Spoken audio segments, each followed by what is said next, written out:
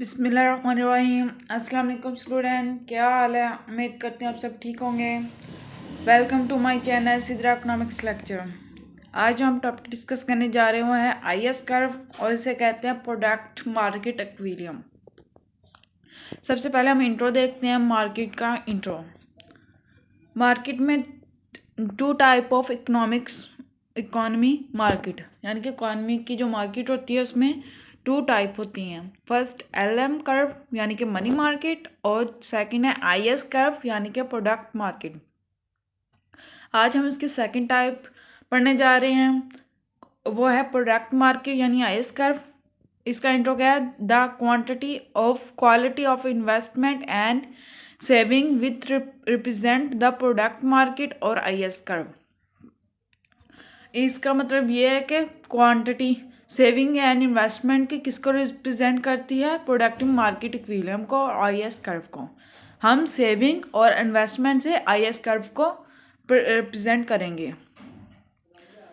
अब इस देखते हैं द प्रोडक्ट मार्केट या IS curve. When saving and investment are equal called product market equilibrium. यानी कि प्रोडक्ट मार्केट इक्विलिब्रियम कहाँ पे होगा? जहाँ पे सेविंग एंड इन्वेस्टमेंट इक्वल हो। जहाँ पे सेविंग एंड इन्वेस्टमेंट बराबर हो वहाँ पे प्रोडक्ट मार्केट इक्विलिब्रियम होगा। हमारी सेविंग किसका फंक्शन है? Saving equal to f of y, यानी कि सेविंग फंक्शन है इनकम का, वाई मीन इनकम। और हमारा इन्वेस्टमेंट फंक्शन किसका? इंटरेस्ट रेट का। तो हम कह सकते हैं i equal to f of r, r मतलब इंटरेस्ट रेट। सो इक्विलिब्रियम कहाँ पे होगा? एस इक्वल टू आई, यानी कि एस मीन सेविंग और आई मीन इन्वेस्टमेंट। वहाँ पे हमारा प्रोडक्ट मार्केट इक्विलिब्रियम होगा।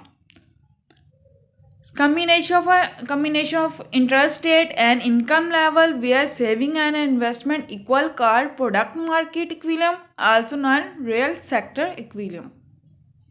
उन्होंने कहा है कि combination of interest rate and income level, interest rate investment का जो है फंक्शन और इनकम सेविंग का फंक्शन, यानी कि इन दोनों इंटरेस्ट रेट और सेविंग के इंटरेस्ट रेट और इनकम के कम्बिनेशन, वो कम्बिनेशन यहाँ पे सेविंग एंड इन्वेस्टमेंट इक्वल हो, उसे क्या कहते हैं? Product market equilibrium. और इसका एक और नाम है रियल सेक्टर इक्विलिब्रियम। देन हम इसे ग्राफिकल रिप्रेजेंट करते हैं। एक मिनट, यस। ग्राफिकली ये है, इसके दो ग्राफ हैं, ए एंड बी। और जो ए है उसके एक्स एक्सिस पे है वाई यानी इनकम, और जो उसके वाई एक्सिस पे है आई और एस यानी कि इन्वेस्टमेंट और सेविंग। और जो ग्राफ बी है उसके एक्स एक्सिस पे वाई है यानी कि इनकम, और वाई एक्सिस पे आर यानी कि इंटरेस्ट रेट इन परसेंटेज।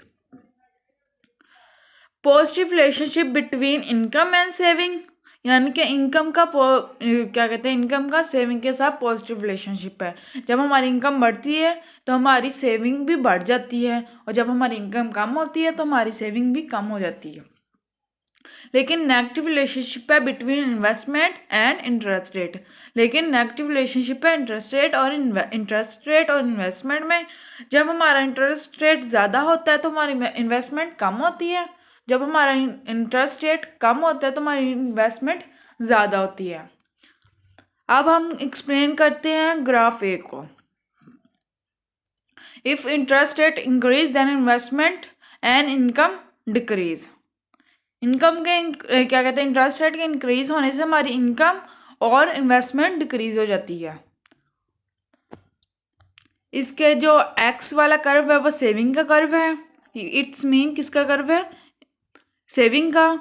और जो है ये 3 ग्राफ ड्रॉ किए हुए हैं, R equal to 4%, R equal to 5%, R equal to 6%, ये इन्वेस्टमेंट के कर्व हैं। और आर इन्वेस्टमेंट का रिलेशनशिप इंटरेस्ट रेट के साथ शो किया हुआ है, इंटरेस्ट रेट के साथ शो किया हुआ है, ठीक है।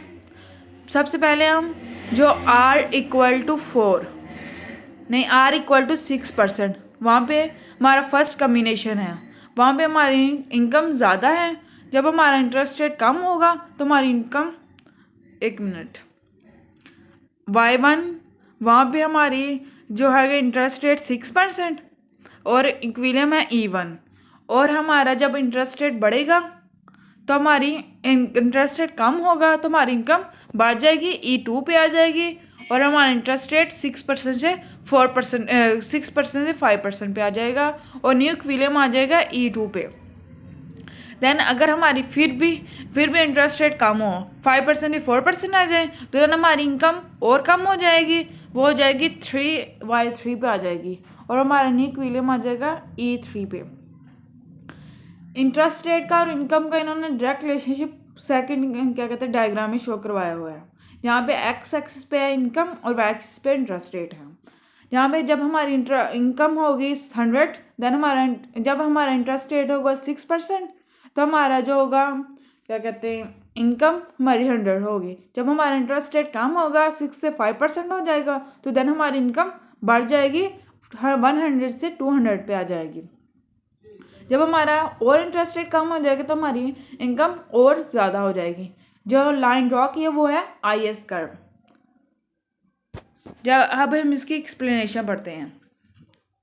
If interest rate increase, first diagram किया, if interest rate increase then investment and income decrease.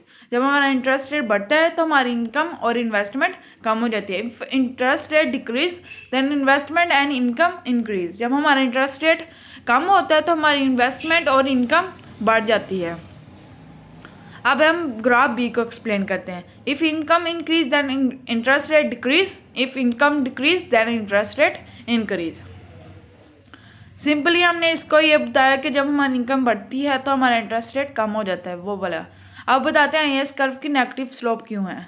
ये नेगेटिव कर्व है ना, को इनका नेगेटिव रिलेशनशिप को शो कर रहा है वो। इसका नेगेटिव रिलेशनशिप इसलिए है क्योंकि marginal capital efficiency increase when interest rate decrease then investment and income increase. क्योंकि मार्जिन कैपिटल एफिशिएंसी इंक्रीज तब होगी जब हमारा इंटरेस्ट रेट डिक्रीज होगा, देन हमारा इनकम और इन्वेस्टमेंट इंक्रीज हो जाएगा। और हमारा मार्जिनल कैपिटल एफिशिएंसी डिक्रीज कब होगी, when interest rate increase then investment and income decrease. हमारी मार्जिन कैपिटल एफिशिएंसी डिक्रीज तब होती है जब हमारा इंटरेस्ट रेट, इकॉनमी में इंटरेस्ट रेट बहुत ज़्यादा हो और हमारी इकॉनमी में इन्वेस्टमेंट और क्या कहते हैं इनकम डिक्रीज हो, देन हमारी मार्जिन कैपिटल एफिशिएंसी कम होती है। सिंपली हमारा IS कर्व नेगेटिव स्लोप है और इसके दो रीज़न हैं, दो वजूहत है। वो है हमारा मार्जिनल कैपिटल एफिशिएंसी इंक्रीज तब होती है जब हमारा इंटरेस्ट रेट डिक्रीज होता है और हमारी इनकम और इन्वेस्टमेंट इंक्रीज होती है। और हमारा मार्जिनल कैपिटल एफिशिएंसी डिक्रीज कब होती है, जब हमारा इंटरेस्ट रेट इंक्रीज होता है और इन्वेस्टमेंट एंड इनकम डिक्रीज होती है। अब आते हैं हम इसकी स्लोप पे। Slope of IS curve. IS curve की स्लोप कैसी है, downward slope from left to right position slope, okay, positive slope, sorry positive slope है इसकी। और देन है if I mean investment and Y mean income और R mean interest rate. If investment and income increase then interest rate decrease. जब हमारी income और investment increase होती है तो हमारा इंटरेस्ट रेट डिक्रीज हो जाती है।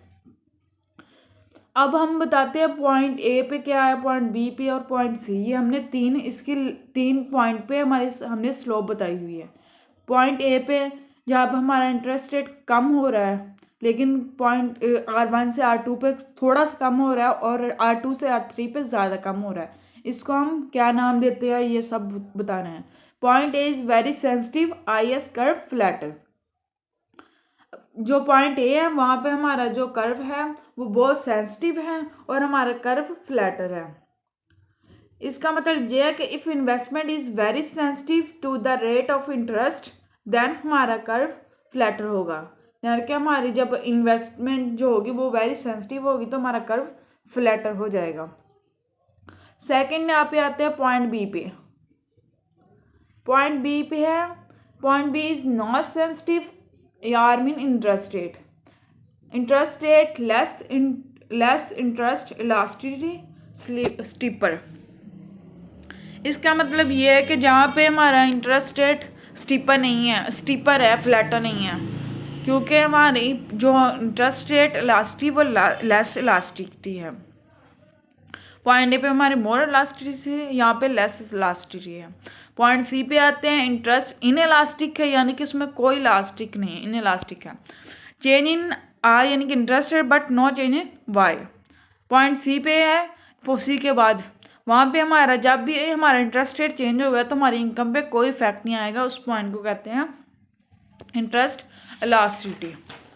देन हम इसके लास्ट पॉइंट पे आते हैं, वो है शिफ्टिंग आई एस कर्व, यानी कि हमारा आई एस कर्व क्यों शिफ्ट होता है। सेविंग इज डिक्रीज, इसके पहले सबसे पहले एक्स एक्सिस पे क्या है हमारी इनकम, वाई एक्सिस पे हमारा इंटरेस्ट रेट है।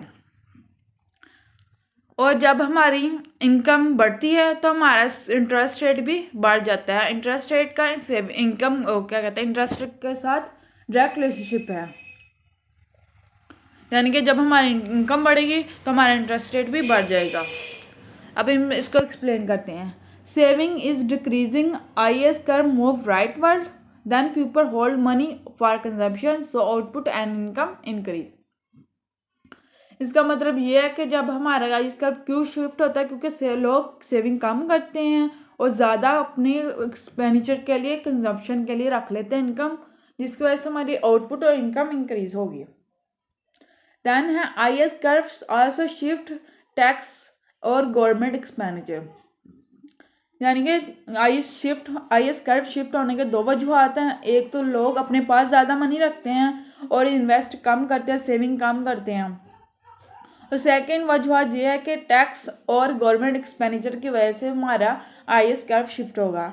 गवर्नमेंट एक्सपेंडिचर की वजह से कैसे शिफ्ट होगा, जब गवर्नमेंट ज़्यादा टैक्स लगाएगी तो हमारे पास कम मनी होगी सेविंग करने के लिए, जिसकी वजह से हमारा आई एस कर्व शिफ्ट होगा। Please subscribe my channel, like and share my video. Thank you so much.